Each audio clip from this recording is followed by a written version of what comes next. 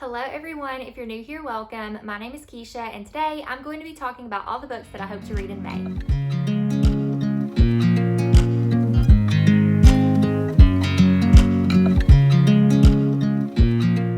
My reading has definitely been a little bit slower this year, but I'm really hoping to pick it back up again in May. So I have 11 books that I want to talk to you guys about. I have a readathon that I'm going to be hosting and participating in, as well as a book club and another readathon that I'm going to participate in. So without further ado, let's just go ahead and jump into the books.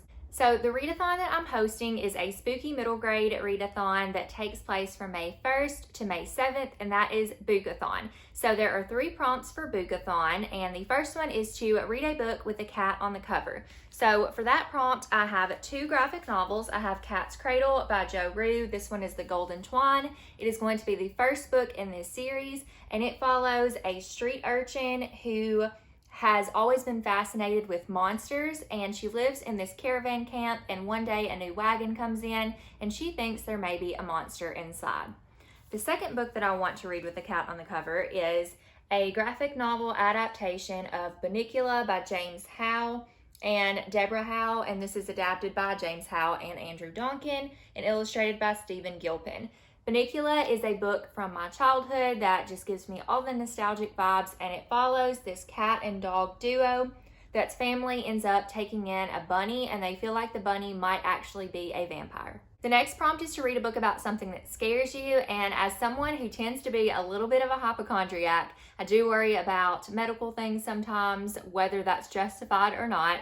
So I decided to pick This Appearing House by Malinenko, and this book does deal with a child who has cancer. And so this story follows our main character, Jack, who is approaching the 5-year anniversary of her cancer diagnosis. And around this same time, there is this house that appears at the end of her street, and her and one of her friends are dared to go inside. In this house, not only will Jack face some personal things, but she will face some pretty scary things. According to this cover, there's a really shadowy figure up here in this house. So I'm very excited to check this one out. The last prompt for the readathon is to read a book that features an amusement park or a carnival, a fair, a circus, or like a camp or something like that. Basically, that's a long version of what the prompt is. But for that one, I have chosen The Circus of Stolen Dreams by Lorelei Savaryn. I read another one of Lorelei Savaryn's books and I absolutely loved it, so I knew I had to pick up one of her backlist. This one is about this girl whose brother, I think, gets stolen by this circus, and she thinks that it's a good place, but they have to, I think she trades memories in order to enter into Reverie, which is the circus. And when she gets there, she finds out it's a little bit more sinister, and now she is focused on rescuing herself and her brother. For the readathon, we also have a group buddy read, and for the group buddy read, we are also going to be having a group discussion with the author on May 7th, so I'm very excited about that. So we are reading What Lives in the Woods by Lindsay Currie, and yes, Lindsay Currie is going to show up for the live show and discuss this with us.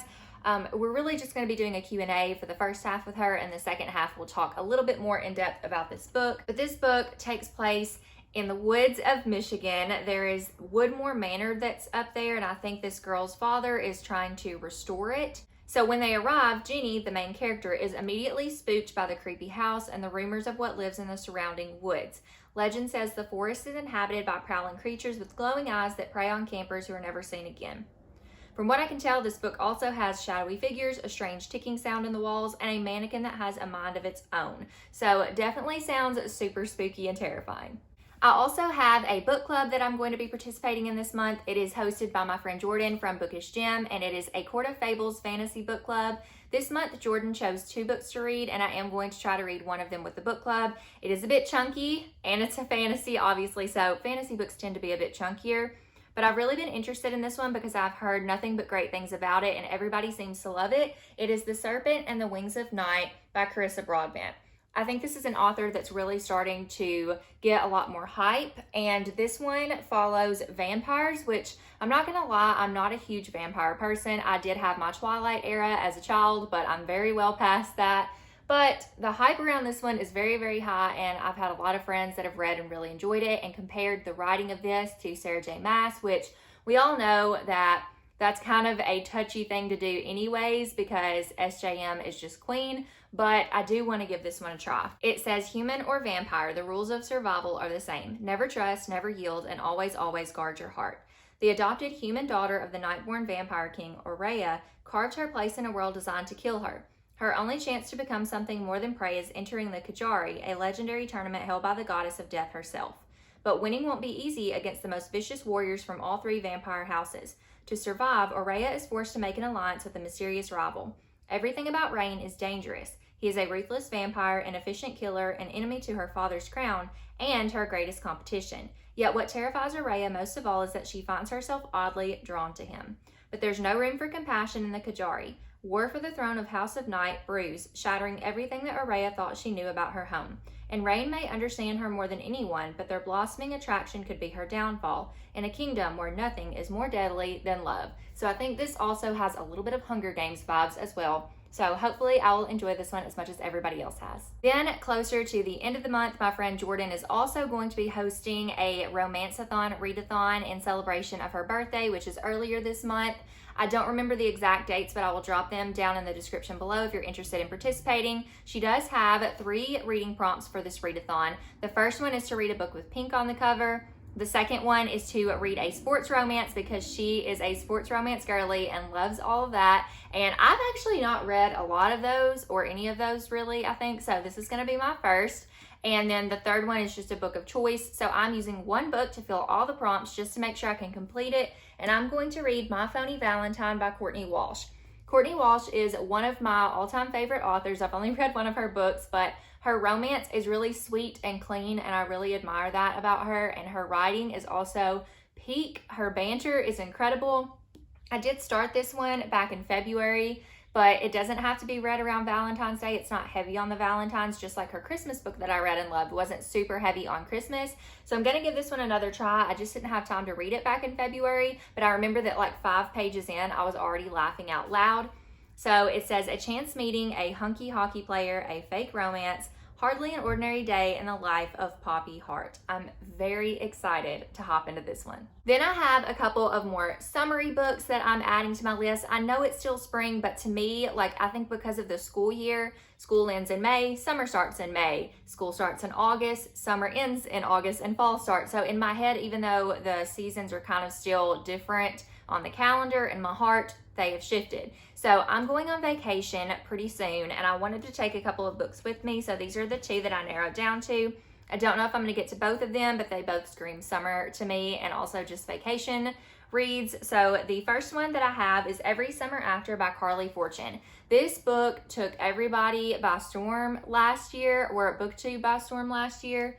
So many of my friends said this was a new favorite book of theirs, and I haven't read a romance book in quite a little bit, especially not a summer romance. So, well, obviously I haven't read a summer romance since probably last summer, but I definitely wanted to get to this one. But the real draw for me, other than everybody loving it, is that it's been compared to Love in Other Words by Christina Lauren, which is one of my all-time favorite romances. And I love childhood friends to lovers or friends to lovers trope in general. And I know this has that. So it says, 6 summers to fall in love, 1 moment to fall apart, a weekend to get it right. They say you can never go home again, and for Persephone Fraser, ever since she made the biggest mistake of her life a decade ago, that has felt too true. Instead of spending glittering summers on the lakeshore of her childhood, she stays home in a stylish apartment in the city, keeping everyone a safe distance from her heart, until she receives the call that sends her racing back to Barry's Bay and into the orbit of Sam Florrick, the man she never thought she'd have to live without. For 6 summers, through hazy afternoons on the water and warm summer nights working in his family's restaurant, Percy and Sam had been inseparable. Eventually, that friendship turned into something more before it fell spectacularly apart. When Percy returns to the lake for Sam's mother's funeral, their connection is as undeniable as it always has been.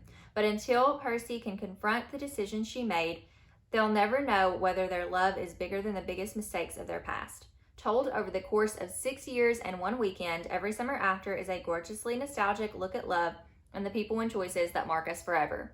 This definitely has the opportunity to be a favorite of the year for me. The next book that I am hoping to read, or that's an option for a vacation read, is One True Loves by Taylor Jenkins Reid. And I love Taylor Jenkins Reid's Backlist. My favorite book of hers that I've read so far is After I Do, so I'm really excited to read this one. A lot of my friends say this is their favorite book of hers, so I'm really excited to dive into it. It is a breathtaking love story about a woman unexpectedly forced to choose between the husband that she has long thought dead and the fiance who has finally brought her back to life. Essentially, you have this woman whose husband went down in a plane or helicopter crash and he was presumed dead. So she ends up grieving him, moving on, and she has a new fiance, and then all of a sudden her husband shows back up in her life. He was like lost on an island or something like that, and nobody knew he was alive, but now he's back, and now she has to choose who's her one true love. I love that Taylor Jenkins Reid always gives you a really hard question to answer and explores like the depths of love and what it means to love someone, and she just really isn't afraid to go there. So I'm very excited to read this one. I have no doubt that I'm gonna love it. It's probably gonna rip me to shreds. And the last book on my May TBR is one that I just picked up the other day. I've been itching to read this one for a while. I have been nervous about it for a couple of years, but some of my friends have read it and absolutely loved it, which is really a trend in this video if you can't already tell. So this must just be my friends pick my TBR month. But this book is kind of a novella, a little bit different of a book, but some of my friends read it, loved it, cried, and I just feel like this is the time for me to read it. So it's Before the Coffee Gets Cold by Toshikazu Kawaguchi, and this is a Japanese author in a translated work, and essentially it's about this coffee shop where people go to travel back in time, and they only have so long to do this. They have to be back before the coffee gets cold. I love that concept. I love the magical realism element in this book, and I love the exploration of choice this is probably going to make in this too. I love books that talk about like the what if. It says, what would you change if you could travel back in time? I just think this is going to have some really great topics in it. And it's also probably going to make me cry, which apparently I'm feeling in the mood for. I almost forgot, I do have one more book that I want to read this month. I don't have a physical copy with me, but I did get approved for this book on NetGalley. So thank you so much to the publisher for approving this. I have been so excited to read some graphic novels that are coming up soon. So this one is The Faint of Heart by Kerilynn Wilson. I'll have the release date up on the screen, but I knew that as soon as I got approved for this, I had to put this on my next month's TBR. So this book is supposed to be part Eternal Sunshine of the Spotless Mind and part Severance. It is a YA graphic novel, and it says, what would you do if you were the only person left with a heart? The only person left who felt anything at all. Would you give in to the pressure to conform, or would you protect your heart at all cost? That's all I'm going to leave you with. I don't want to say any more about it. I don't want to go any more in depth about the synopsis, but honestly, I'm really excited to read this one. I think it's going to also tackle some really heavy topics. And as somebody who is an Enneagram 4, very in touch with my emotions, I love the concept of the fact that people maybe don't want to feel things anymore. They don't want to feel pain or hurt or anxiety or any of those things. And so maybe that's why this world has chosen to live without their hearts. But there's this one girl in the story that wants to keep her emotions, her feelings, and her heart. And I am just so excited to check this one out. And I hope it's a good one. So you'll definitely be hearing my thoughts on that soon. All right, there you have it, friends. Those are all of the books that I hope to read in the month of May. If you've made it this far in the video, go ahead and leave a pink flower emoji in the comments below and let me know what you're most excited to read in the month of May. Thank you, as always, for watching, and I will see you guys in my next video. Bye, friends.